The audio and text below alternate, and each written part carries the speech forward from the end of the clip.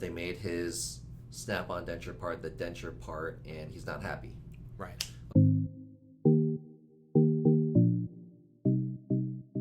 Hey everybody, it's Dr. Daniel Troy from North Texas Dental Surgery, Wisdom Teeth and Denture Implant Center. And I'm Dr. Jed Woldridge. All right, so had a patient that came in about like a month ago. I saved some photos. Patient had overdentures, snap-on dentures done in Fort Worth a while back, a few months ago. They made his snap-on denture part the denture part, and he's not happy. Right. Okay, so could look at the x-rays real quick and look at the photos as to why he's experiencing this. Now, what does he mean by happy? It's not fitting properly, right? And so what we know with like an overdenture is, actually let's just go to the photos real quick. All right, people might be wondering what the heck are we looking at. All right, so this is upper jaw. These are the locator attachments, the upper, again, this is the palate, roof of the mouth. This is us retracting his cheeks, this is mustache. All right, so whenever, taking a step back, whenever we're doing an overdenture, these are the implants you see. We want them to be very parallel. And because this is how the denture clicks in, right? So it has like these female parts that click in. These are nylon inserts that clicks into the male parts that are sticking out of your jaw, right? And so that helps it stay in place better. It's very important, we talked about in another video, I got some chopsticks here, that your implants be parallel, because if they're like this and they're like divergent or converging and they're just the angles are off, then you're not allowing me to have something where basically this can go in and it's going to draw properly, right? So it's going to have obstructions that this won't go on properly, and therefore we're going to have to use more flexible materials down here on the other side, these nylon inserts. Weaker ones. Which are weaker, right? That will give faster over the long haul. Yeah. Like might even last only a few weeks versus months. So placing parallel implants is of the utmost important to make sure. Now, we can get away from that sometimes by these like multi-unit abutments, right, that compensate for angles, right. So we actually noticed on this case when we looked at the x-rays that this is exactly what happened with this patient, right? So he's really unhappy with his upper ones. What are your thoughts on this? So when we look at the back implants here, you can tell that, you know, they've been placed in such a way to follow the sinus so that the implant's not within the sinus, which was smart because you don't want to place an implant in the sinus, because then you're not going to get proper torque, plus you could have some health issues. So this is a challenge because of the trajectory of these implants. They're both angled about 30 degrees here. So if we wanted to get these implants so that we have proper draw with the front ones, we would have to upright this, okay? Now there's different ways to upright them. There's multi-unit abutments that are 30 degrees that you can put on here, and then that would upright the implant. And then on top of that, they have these separate little locators that you can screw onto those multi-units, and then we would have better draw.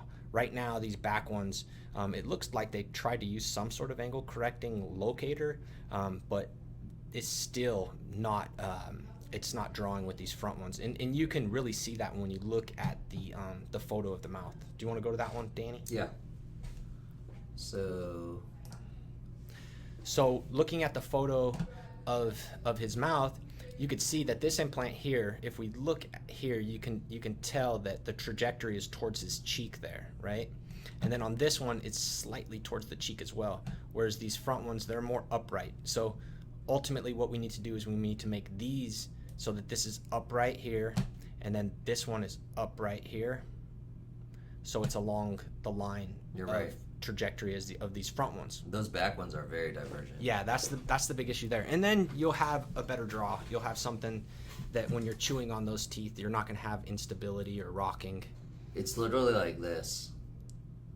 Right? Right. Like they're going divergent, and then the front ones are more like upright, and then there's one like here. It's like, I don't always have chopsticks with me. I am Asian, but I'm actually horrible at chopsticks. I'd rather use a fork. But anyways, imagine like when you add more implants and taking a step back for your upper jaw, you have to have at least 4 implants, right? Upper jawbone is softer. Correct. It's more porous. It's not as dense. Yeah. Lower jawbone's way more dense. You can get away with 2 implants. Even 2 implants isn't ideal though. Yeah. Because you get better stability and retention. You have gravity working against you too on the top. On the upper, yeah. Right. So I tell people, like, listen, if you had like a 100-pound painting, you might get away with drilling into 2 studs, but if you were in just drywall, you better place a lot more screws. Now, imagine you got a table from IKEA, you got 4 legs, and then you had one tabletop that has to go right on top of the legs. If your legs are like at this angle, it's not going in. Right. Right. You're not going to be able to fit that to they better be perfectly parallel, Right. so that when you fit it over, it seats perfectly. Yeah. Same concept with these overdentures. Yeah. So we've talked in other videos too that if your jawbone is like slanted or thin or whatever, we can't really place your implants at that ideal angle to get them perfectly parallel. Right. And I tell people, again, I placed like 10,000 implants in my career, and it's still, when I do a snap-on denture, it's very stressful for me because I'm trying to make your life easier, Right. As your posture. That's how we'll have a successful overdenture. Right.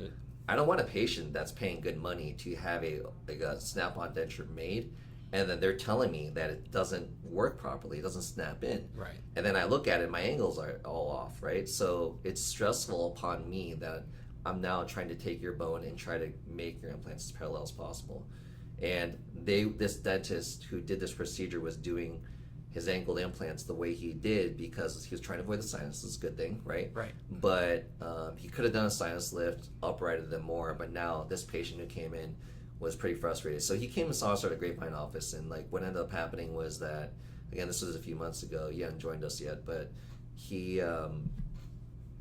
had already spent the money. So he was like, okay, well, let me finish up, because this dentist told me that he can do a few more revisions and try to see if it would work. Right. And then he was like, if this doesn't work, then I got to come see you. So, hopefully, like, his dentist was able to address the issue, but he might have to come and see me. Yeah. But anyways, hopefully this information was helpful. Was there anything else you wanted to add on? No, I think we pretty much covered it. There's different challenges when dealing with unstable overdentures, and there's different solutions available. And in this case, it's pretty straightforward. Okay. Just change the multi-units, get that trajectory so it's more in line with the front implants, and then order a couple of locators that go on top of the multi-units, and you should be good to go. Yep. Cool. All right, so if you have any questions, please feel free to leave a comment below. Please give us a thumbs up or follow if you like our content. And thanks again. Appreciate it.